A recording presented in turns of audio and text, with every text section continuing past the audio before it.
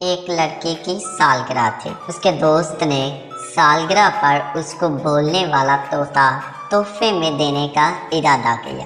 لڑکا جب طوطے کو لے کر سالگرہ والے گھر میں آیا تو لڑکی نے کہا، میں کیسی لگ رہی ہوں؟ طوطے نے جواب دیا، تو بالکل آوارہ اور لفنڈر لگ رہی ہو۔ یہ سن کر لڑکی کو غصہ آیا اور جو لڑکا یہ تحفہ لے کر آیا تھا اس کو بھی غصہ آ گیا۔ اس نے طوطے کو لے جا کر جس جگہ دیگیں پک رہی تھی وہاں پر ابلتے ہوئے پانی میں اسے غوطے دینے لگا اور طوطے سے کہا، اب اس طرح کی بدتمیزی کرے گا؟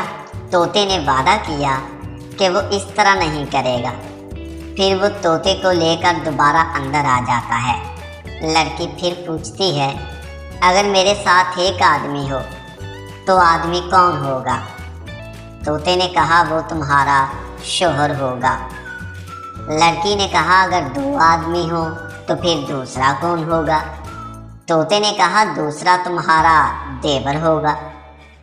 لڑکی نے کہا، اگر تین آدمی ہو تو پھر تیسرا کون ہوگا؟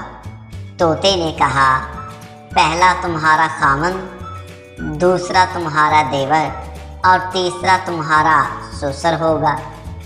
لڑکی نے کہا، اور اگر میرے ساتھ چار آدمی ہو تو پھر چوتھا کون ہوگا؟